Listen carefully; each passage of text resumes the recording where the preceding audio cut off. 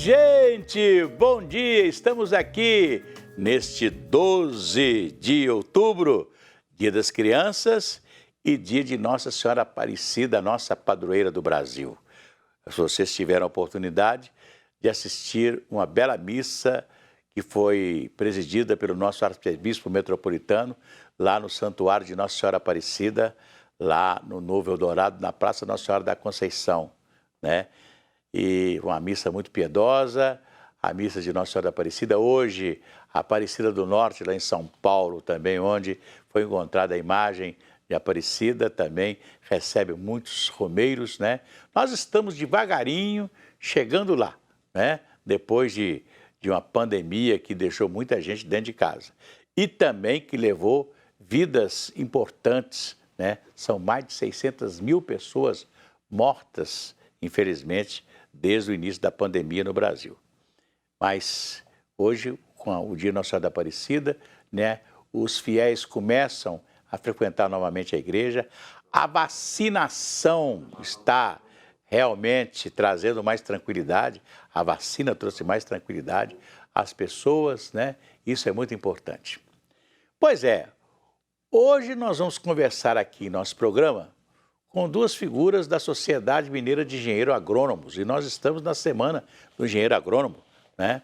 Está aqui conosco o presidente da Sociedade Mineira de Engenheiro Agrônomo, o senhor Emílio Molcherek, e também o Dásio Vilela, que já é um velho conhecido nosso aqui, que está sempre conosco aqui, falando das coisas da agricultura, das hortas, né? Das sementes, né, Dásio? Né?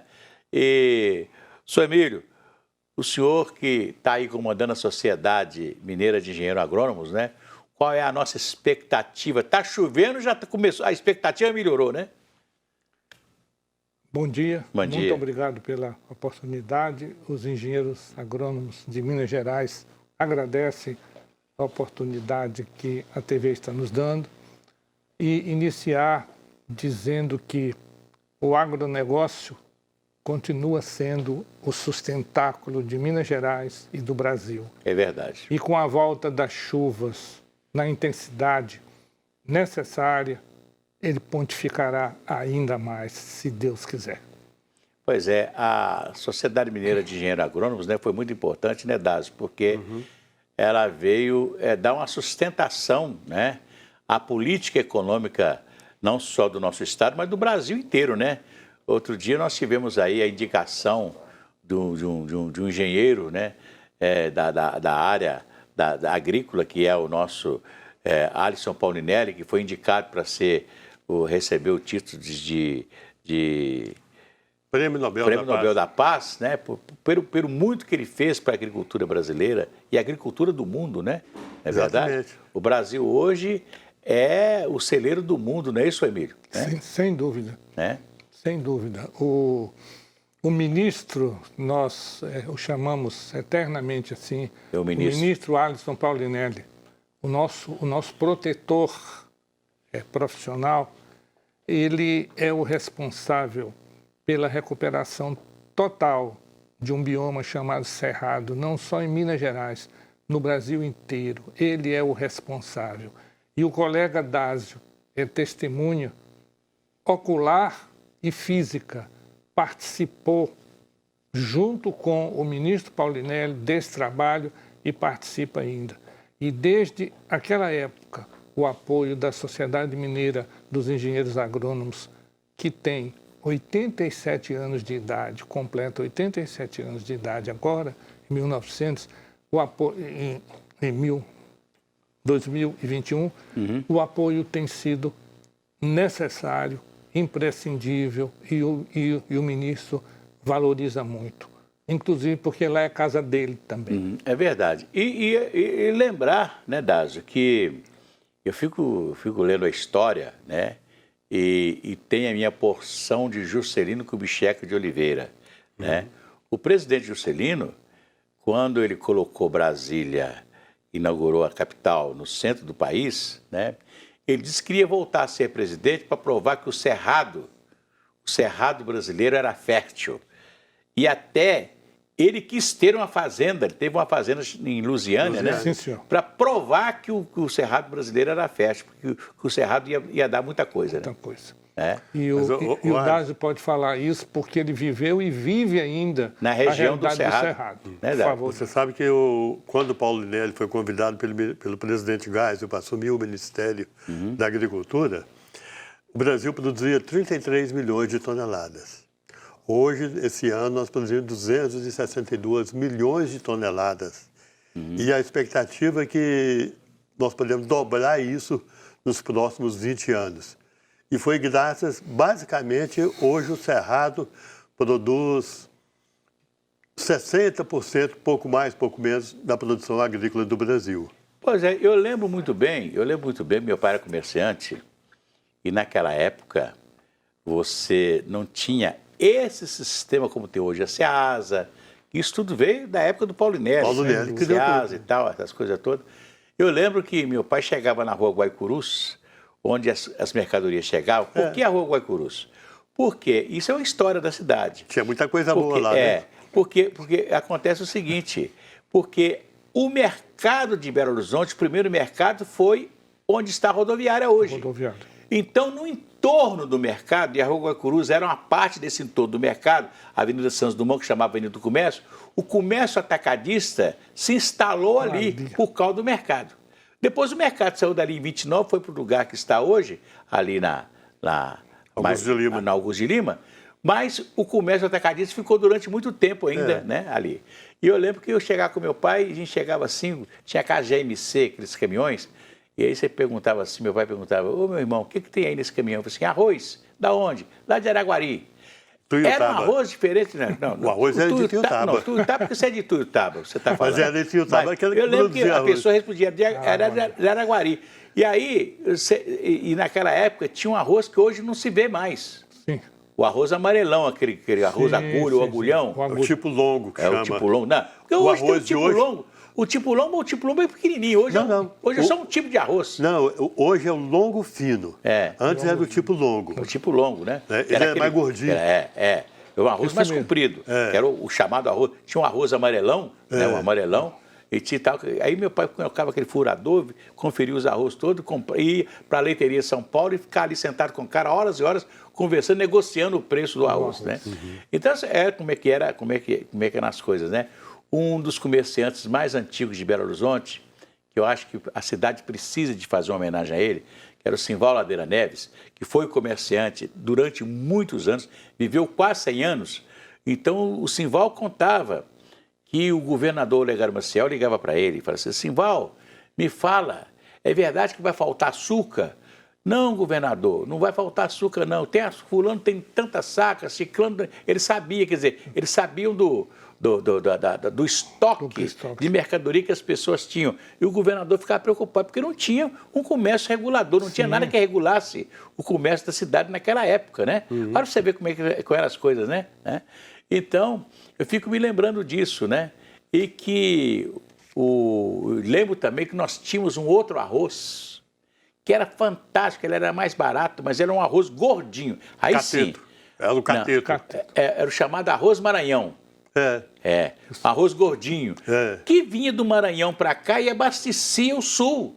De repente, esse arroz não abastece mais o Sul, só temos hoje, nós só temos a produção de arroz quase que praticamente no Rio Grande do Sul, né? Temos também em Goiás, tem Mato Grosso, etc. Tal, mas parece que a produção de arroz ficou quase toda no Rio Grande do Sul, né?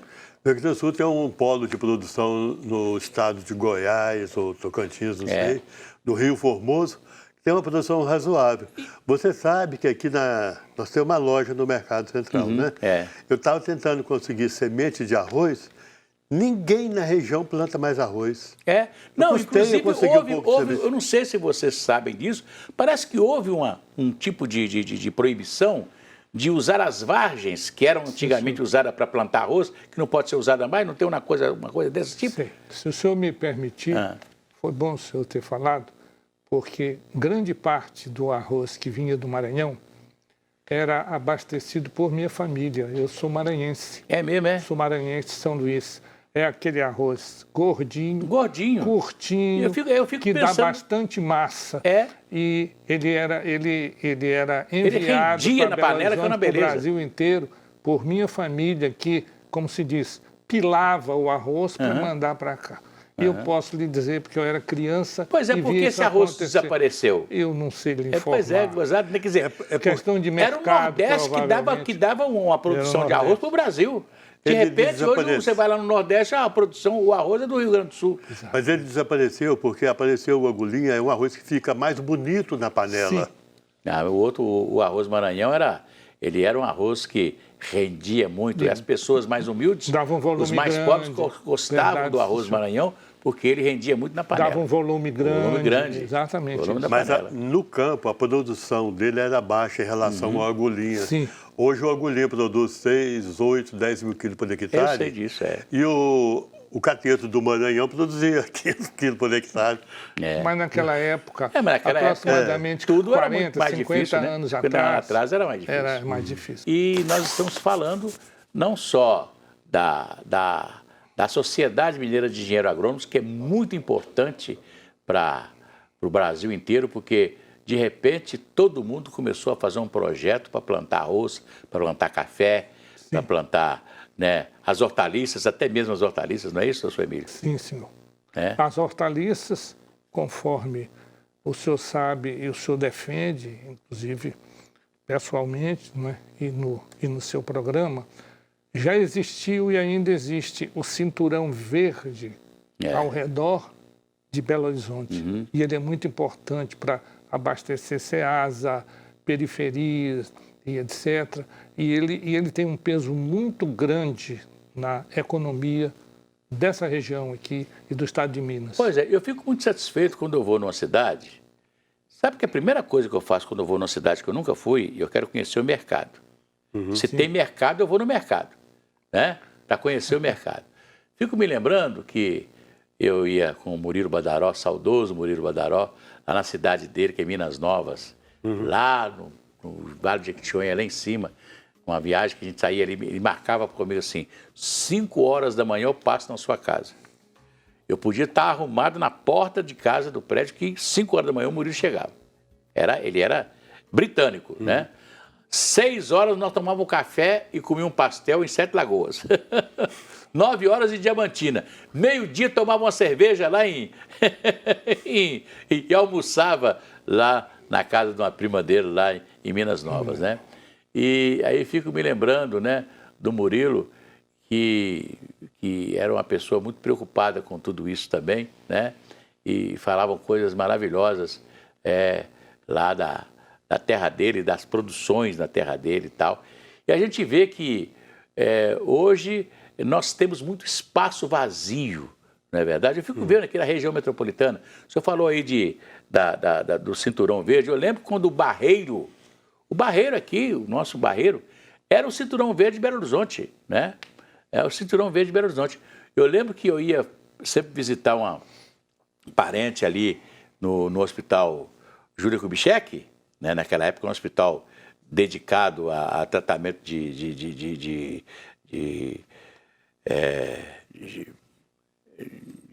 como é que fala? Do pulmão.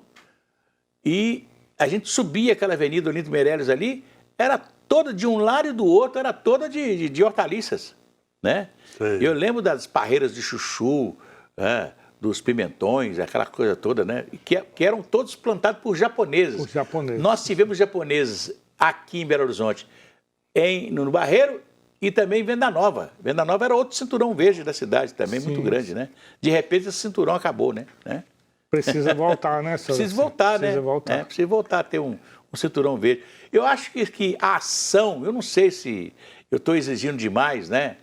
Eu acho que nós ainda temos muitos espaços vazios na região metropolitana que poderiam hoje ter não só incentivo da horta, né? Que a horta, pessoas que já aposentou, já pode trabalhar numa hortinha, fazer uma coisa, é sinônimo de você vender para o vizinho. Né? Eu lembro que era assim na minha casa, a gente plantava horta e vendia. Eu lembro que pedia um tostão de couve, era uma mão cheia de couve. Eu lembro que minha mãe vendia, nós vendíamos. Na nossa casa tinha produção de cebola, de alho, né, de galinha, de tudo isso, não, aproveitando o lote, né? Todo mundo morava em todo mundo lote, tinha alguma não tinha coisa, apartamento? plantava Sim, alguma sem coisa, dúvida. né? Nós, por exemplo, tinha um lote do nosso lado que o dono permitia, a gente plantava ele todo. Ele estava sempre plantado, sempre, né, tinha muita coisa, né? E tudo no sari, na cisterna, com água tirada na mão, Na né? mão. Né? Com regador todo Regador. dia de manhã. Né? Não era moleza, não. Você tem que aguar a horta todo dia. Moacir, você sabe que hoje está voltando um pouco isso. O pessoal que mora em apartamento, eles nos procuram muito para plantar, que pode plantar na janela, na jardineira ali. E tem aquela história que nós conversamos um dia sobre o microverde. É um plantio intensivo em pequeno espaço. Então tem muita gente querendo fazer isso. Cebolinha e atualmente. salsa são os campeões, né? Sim, Cebolinha e salsa, os campeões, campeões. os campeões. Um pezinho de pimenta. Mas agora, em Minas Gerais, vocês que são da Sociedade de Engenheiro Agrônico, Minas Gerais, qual que é hoje, em termos de grãos, né, o grande plantio em Minas Gerais hoje? Ainda é a soja? Milho e soja. É milho e soja, né? É Milho a e soja. região do Cerrado, né? Região do Cerrado. É milho, soja, tem muito feijão, Feijão. né? Tem café também e algodão. São Eu, os quando 5 viajo aqui produtos. para a região das vertentes, aqui região de São João del Rei, vou muito, Sim. né? São João del Rei, Oliveira, essa região aqui, a gente vê ainda uma plantação muito grande de milho, Sim. né? Tem. Nessa época, né? Eu tive há pouco tempo no município de Madre de Deus. Ah. Lá tem uma área grande de agricultura, de soja, milho. Outro dia eu fui chegar em Brasília e, claro que quando saiu ali da região de Minas Gerais, que o avião, você vê a represa de Três Marias e depois você vai se aproximando de Brasília, você vê que Brasília é toda hoje agricultável. Você vê de cima, assim, aquelas coisas maravilhosas. Né? Rodeada de pivôs. Rodeada de pivôs, é Rodeada isso de mesmo, pivô. né? E o que eu queria dizer é o seguinte, por que milho e soja? Porque milho e soja abastecem a produção animal. É a verdade. produção de aves, frango, ovos, a produção de suínos, um tanto da produção de bovinos e mais. São produtos de exportação. Hoje são as commodities, né? As Exatamente. chamadas commodities, né? Milho e soja são produtos de exportação, principalmente para a China, que é um grande cliente brasileiro e, consequentemente, mineiro. Tanto é que a produção de milho, nós temos conversado muito, Dásio e eu, lá na SMEA, que a produção de milho precisa aumentar produção e produtividade. Produtividade, ou seja, aumentar a produção por área. A de soja já é mais definida, a do milho precisa ainda crescer muito. Aliás, é uma coisa interessante, que eu sempre falo isso, que quem tem um espaço para plantar o milho é uma coisa interessante, maravilhosa. Um grão de milho dá um pé de milho. Dá. Um pé de milho, no mínimo, três espigas. Se for uma terra boa, bem adubada, com uma orientação do engenheiro agrônomo, dá. Uma espiga dá 600 grãos. 600 grãos, quer dizer, você vê, você com um grão de milho, você pode ter 3 espigas, com cada espiga com 600, são 1.800 grãos. Que beleza. Um grão deu 1.800 grãos, quer dizer que é uma coisa assim, economicamente, inclusive em termos de produção para dinheiro também, é uma coisa interessante. Não? Porque um grão de milho, num pé de milho de um grão, ele faz 1.800 grãos. É muita coisa. Não? E o senhor sabe, milho e soja, eles hoje são os verdadeiros reguladores de mercado no agronegócio. Eles é que dizem qual que é o caminho do mercado.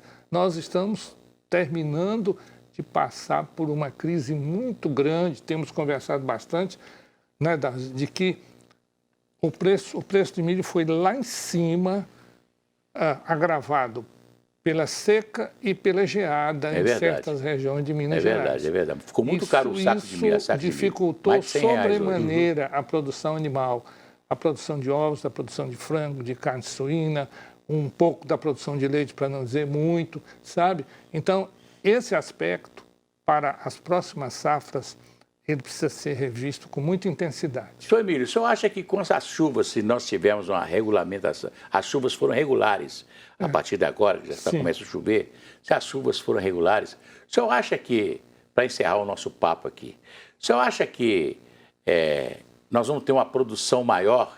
E produção maior significa preço baixo? Sim. Para o senhor ter ideia, nós estamos vivendo isso. Inclusive, eu sou diretor técnico da Associação dos Avicultores de Minas Gerais e a gente observa isso. O preço do milho até semana passada estava chegando na porta das granjas a R$ 105 a saca, quando, na verdade, ele deveria estar, no máximo, 70, 75... Até menos um pouquinho. Até menos um pouquinho. Para poder dar uma margem de lucro razoável para o produtor. Eu vou fazer o intervalozinho assim, só para cantar uma musiquinha assim. Vai tudo bem, muito bem, muito bem, muito bem, muito bem, muito bem, bem, bem. Com pílulas de Lucem, sabe aquela dorzinha urinária, aquela sensação de queimação e ardor? Pílulas de Lucem, há 80 anos no mercado. Se persistir os sintomas, o médico deverá ser consultado. Eu canto a outra musiquinha. Se a criança acordou, dorme, dorme, menina, tudo calmo ficou, mamãe tem Auricedina, é um analgésico e antisséptico de uso local para adultos e crianças. Todo mundo sabe, dor de ouvido, Auricedina. Pois é, então, para encerrar o nosso papo, né, nós temos que ter produção de alimentos para ter preço baixo. Exatamente. E essa chuva pode nos trazer isso, né, se Deus quiser. Sim. Nós temos uma previsão de um tempo melhor esse ano que foi o ano passado. Você sabe que o ano passado atrasou o plantio da soja, atrasou o plantio do milho segunda safra, ou safrinha.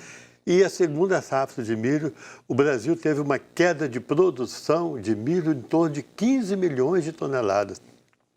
É isso que ocasionou esse preço mais elevado. Uhum. E subiu tudo, né? Subiu tudo. Subiu carne, subiu ovo, subiu leite, subiu suíno, bovino, tudo subiu, né? Tudo que é ligado ao milho, subiu. Tudo que virou tudo commodity também, né, presidente? Né? Commodity. Tá tudo no dólar, né? Ficou um nome bonito, e cada vez, aí eu falo assim, cada vez que o presidente fala uma coisa, aí o dólar sobe, aí fica pior ainda. É o problema da gasolina, né? Da gasolina também aí. É isso aí. Eu quero agradecer vocês pela essa vinda aqui em nosso programa nesta terça-feira, nesse feriado, né? Feliz dia de Nossa Senhora Aparecida para vocês. Saúde, paz e alegria. E dia 12, muito importante, é o Dia Nacional do Engenheiro Agrônomo. Engenheiro Agrônomo também. Por isso nós estamos aqui nesse dia. Um abraço para vocês, muito obrigado. Muito obrigado pela oportunidade. Assim seja. Até amanhã, gente. Bom dia. Até amanhã.